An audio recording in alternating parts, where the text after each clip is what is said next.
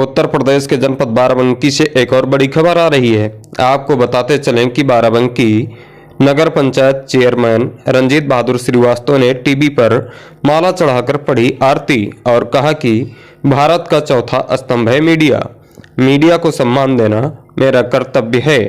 Media हमेशा सच का साथ देती है और सच बोलने का साहस रखती है, इसलिए मैं मीडिया का सम्मान करता हूं। आइए आपको मिलाते हैं रंजीत बहादुर श्रीवास्तव जी से। मैं हूं अमित सिंह सूर्यवंशी, आप देख रहे हैं सीपी न्यूज लाइव टीवी जनपद बाराबंकी से। इसमें हम बैठे हैं रंजीत बहादुर श्रीवास्तव जी के यहाँ, जो नाम के मोहताज नहीं है, बाराबंकी में सब लोग जानते हैं। आज थोड़ा सा चर्चा करेंगे चुनाव पे और कई मुद्दे हैं उस पर चर्चा करेंगे।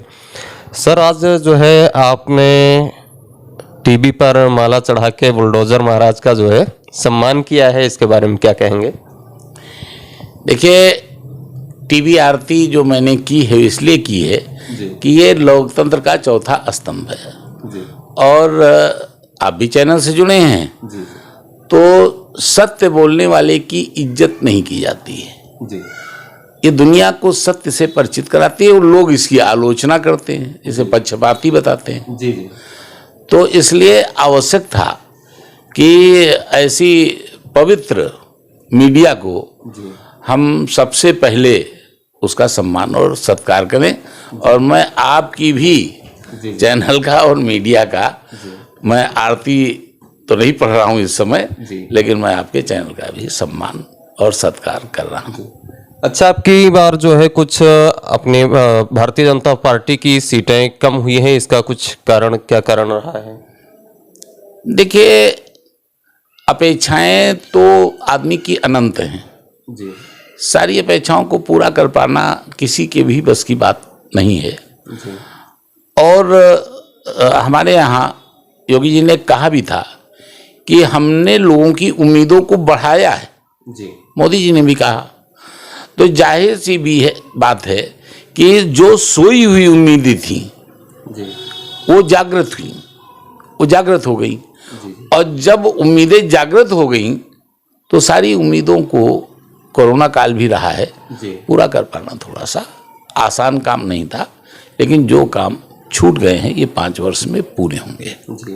तो इस बार जैसे मथुरा का माननीय मुख्यमंत्री जी ने कहा था कि अब की बार आएंगे तो मथुरा बनाएंगे, और इसमें अखिलेश यादव जी ने भी कहा था कि मेरे सपने में आते हैं कृष्ण भगवान। तो क्या अब आज रात फिर सपने में आ सकते हैं कृष्ण भगवान अखिलेश जी के? देखिए, अगर वास्तव में अगर वो झूठ नहीं बोलते हैं और कृष्ण भगवान के सपने में आ जाएं तो मैं समझता हूँ कि उनका जीवन सुधर जाएगा। क्योंकि हमारे भगवान श्री कृष्ण के द्वारा ही ये हमारी श्रीमद् भगवत गीता जो है ये उन्हीं का उपदेश है। और आज सारे धर्म ग्रंथों में एक ही धर्म ग्रंथ हमारा ऐसा है, वेद भी हमारी देववाणी है, ईश्वर वाणी नहीं है। हालांकि भगवान कहते हैं कि देवता के द्वारा भी उन्होंने ही इसे हमारे तक पहुंचाया, लेकिन श्रीमद् भगवत गीता हमारी ईश्वर वाणी है और हर प्रश्न का उत्तर है, हर प्रश्न का उत्तर है।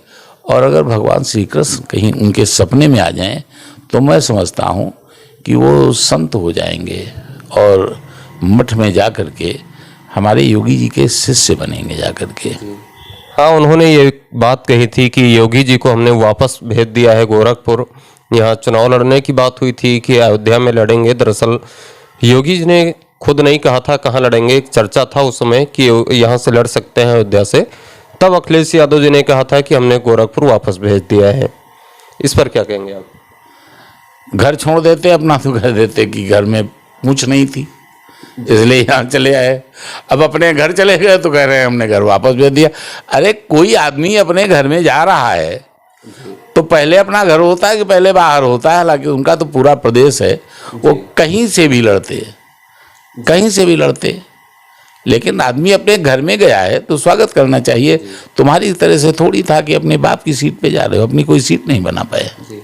अच्छा, ये सदर की सीट पर क्या कहना चाहेंगे? यहाँ पे अभी तक जहाँ तक मैं जानता हूँ कि कभी भारतीय जनता पार्टी यानी यहाँ पे कमल कभी खिला नहीं, ऐसा मैं जानता हूँ। इस पर आप क्या कहना चाहेंगे? देखिए, थोड़े से समीकरण यहाँ के विपरीत हैं और आप जानते हो कि इस समय जातिवाद सर पर चढ़कर बोल रहा है। हम अभी इससे उबर नहीं पा रहे हैं। हालांकि एक मिथक टूटा है। यहाँ पर एक दलित की भी बात चला करती थी, लेकिन अब ये दलित शब्द जो है ये गरीब में बदल चुका है। अब ये गरीब हो चुका है। अब दलित हम लोग कहना उचित नहीं समझते हैं। और गरीब उत्थान की जितनी योजनाएं भारतीय जनता पार्टी चला रही, मैं समझता हूं कि कोई नहीं चला रहा है। एक बात मैं ये कहना चाहूँगा कि कालांतर में आप निश्चित तौर पर समझ लीजिए, ये जो हमारे यदुवंशी भाई हैं, जो यदुवंशी भाई हैं, जो जातिवाद में फंस करके थोड़ी सी जो नादानी कर जाते हैं, और वो भी किसके, मुसलमानों के बहकावे में आकर के, मुसलमानों के बहकावे में आकर। सर, इस पर एक और क्वेश्चन है। मुसलमान माननीय ब्रजभूषण शरण सिंह जी ने कहा था कि मुस्लिम भी हिंदू ही हैं, हमारे वंशज हैं, तो इस पर आपका क्या कहना है? देखिए, उनका आशय और हम लोगों के आशय में कोई फर्क नहीं है। मूल तो सनातन धर्म है। सनातन धर्म है, सृष्टि की रचना हमारा वेद विज्ञान सम्मत है। हमने इसको सिद्ध भी किया है। तो सृष्टि की रचना ईश्वर के द्वारा हुई है, ना कि अल्लाह के द्वारा। ये एक बुनियादी सत्य है। तो जाहिर सी बात है कि धर्म तो एक ही था, सनातन, और इसी सनातन से ही सारे लोग निकले। इसी सनातन से सारे लोग निकले हैं। चाहे ईसाई निकला हो, चाहे यहूदी निकला हो, चाहे मुसलमान निकला हो, या हमारे धर्म से बौद्ध निकले हों, जो भी निकले हों, है तो सब सनातन ही। आपके कहने का मतलब कि सिर्फ एक ये सब सनातनी है, जितने भी धर्म हैं ये सनातनी ही हैं? जी, ये सनातनी है। मुसलमान तो ये बाद में बने, 1400 साल पहले मुसलमान बने हैं, तो हैं तो सनातनी ही। तो ये बात जो हम लोग कहते हैं कि इनको अपने सनातन धर्म में वापस आ जाना चाहिए, हम लोगों का आशय सिर्फ इतना रहता है। और इसका मैं तरीका भी इनको बताना चाहता हूँ। अब देखिए, उछल कूद बहुत हो गई। अभी आपने देखा कि उत्तर प्रदेश के अंदर पहले ये पीछे रहा, बाद में आगे आ गया। वो एक मुख्तार का लड़का है जो बता रहा था कि हम अपने अधिकारियों को देख लेंगे। अरे, इसके बाप ने अदालतों में एप्लीकेशन दी थी, बबलू श्रीवास्तव से जान का खतरा है। तो जो एक आदमी से जो नहीं निपट सकता है, वो आदमी सरकार से निपटने जा रहा था। खैर, छोड़िए इस बात को। मैं एक बात ये कहना चाहता हूँ कि इन्हीं के बयानों से, मुसलमानों की सुछल कूद से हमारा हिंदू एक हुआ। इसके लिए मैं इनको धन्यवाद देना चाहूँगा। लेकिन अब आज हमारी सरकार बन चुकी है, इसलिए मैं उनको एक सलाह देना चाहूँगा। अब भी समय है, अब भी समय है। तुम हमारे करीब आओ, हम तुमको गले लगाने के लिए तैयार हैं। रास्ता तुमको हम बताते हैं। तुम्हारी कुरान शरीफ में खुद तुम्हारी कुरान कहती है, गलती किए हो तौबा कर लो। अपनी नमाज के समय पर जो तुम ऐसे नियत मानते हो, थोड़ा सा कान पकड़ करके तौबा कर लो। एक काम ये कर लो। दूसरी चीज़, तुम जो 5 वक्त की नमाज पढ़ते हो, मगरिब की तरफ मुंह करते हो, पश्चिम की तरफ मुंह करते हो, एक नमाज मेरे कहने से बढ़ा लो। सुबह के टाइम हमारे यहाँ कहा जाता है, प्रातः काल उठ के रघुनाथा, माता पिता गुरु नामे ना था। आप माता पिता मुझको, मैं सनातनी हूँ, मैं तुमसे बड़ा हूँ, मैं तुम्हारा माता पिता हूँ। आप मेरे पैर मत छुइए। मैं नहीं कह रहा हूँ कि आप मेरे पैर छुएं, लेकिन मैं एक सलाह आपको जरूर देना चाहूँगा कि सुबह की गुरु शब्द आया है, तो योगी जी गुरु हैं, हमारे महाराज जी हैं, और मठ भी पूरब में है। तो पश्चिम में तुम्हारा मक्का है, पूरब में हमारा मंदिर है, मठ है योगी जी का, और गुरु भी हैं। तो जाहिर सी बात है, एक नमाज पूरब की तरफ मुंह करके अगर आप पढ़ना शुरू कर दें, तो मैं समझता हूँ कि आपकी शुद्धि भी हो जाएगी। और जिस दिन तुम ये करने लगोगे, तो मैं समझूंगा कि तुम बदल रहे हो। हम तुम्हें गले लगा करके तुम्हें विकास के रास्ते पर अपने साथ बराबर लेकर के चलेंगे। अच्छा, ये जो है हमेशा आरोप लगाते हैं ओवैसी की भारतीय जनता पार्टी जो है धर्मवाद करती है और अखिलेश यादव जातिवाद करते हैं। ठीक, धर्म और जात की लड़ाई, तो इस बार भी जहां तक अगर धर्म और जात की लड़ाई देखें तो धर्म की ही जीत हुई है। भारतीय जनता पार्टी की सरकार बन रही है। लेकिन एक प्रश्न आपसे है कि पिछले बार जो वादे किए थे माननीय प्रधानमंत्री जी ने कि 15 लाख खाते में आए, वो नहीं आए, तो क्या ऐसे अब की बार भी जैसे तमाम चीज़ें कहा है माननीय मुख्यमंत्री जी ने उत्तर प्रदेश के चुनाव में, तो क्या अपने वादे पूरे करेंगे या फिर पहले जैसे? देखिए, देश के विकास के लिए पहली बात तो जो 15 लाख की बात है वो उनका बयान तोड़ मरोड़ करके दिया जाता है। उन्होंने कहा इतना काला धन है विदेशों में कि अगर आ जाए तो सबके खाते में 15 लाख जा सकते हैं, कहीं टालने की बात नहीं की थी। वो 15 उस काले धन को समाप्त करने के लिए हमारी भारत सरकार ने बहुत से काम किए हैं और निश्चित तौर पर हमारा देश कर्ज मुक्त हुआ है, विकास के रास्ते पर जा रहा है, विकास की गति है, एक अच्छी गति पा चुका है। अब दूसरी चीज़ ये है कि धीरे धीरे ही सने सने ये उत्थान की तरफ जाएगा, एकदम से कुछ नहीं जा सकता है और इस पर बहुत प्रयास चल रहे हैं। ये खैर बड़ा लंबा विस्तृत मामला है, लेकिन आप तय मान लीजिए कि जीवन स्तर में सुधार आप भी देखते हैं कि पहले से आज की तारीख में अच्छा हुआ है। आज महंगाई भले बढ़ी हो, लेकिन महंगाई की चर्चा उतनी नहीं है जितनी लोग कहते होनी चाहिए। जी, सही है। नहीं है, इसलिए कि महंगाई के साथ हमारी आमदनी भी बढ़ी है।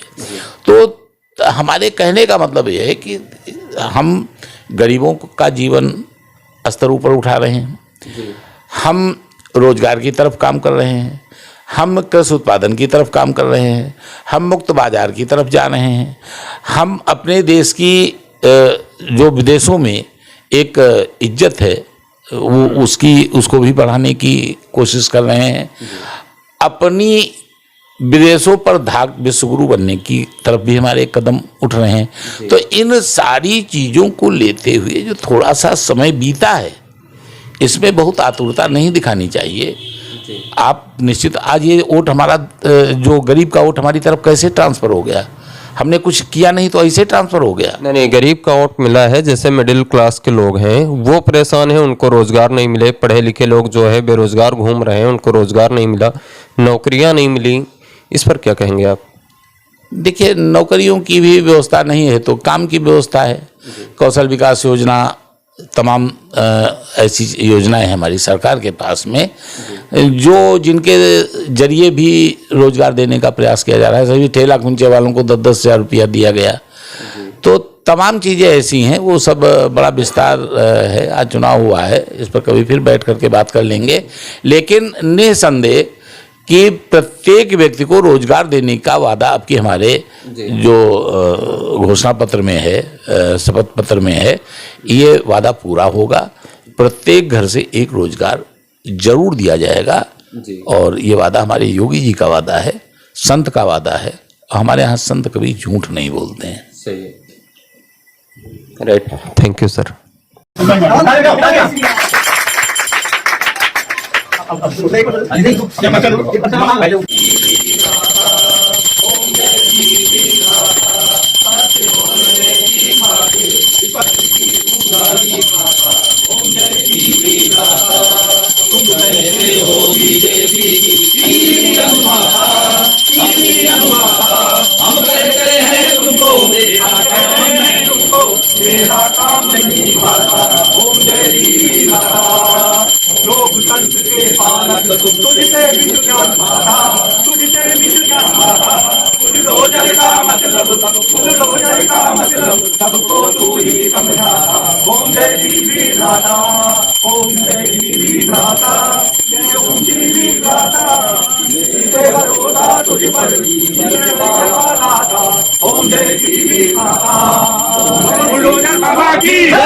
बुलडोजर बाबा की सवाल सीधे सत्ता से,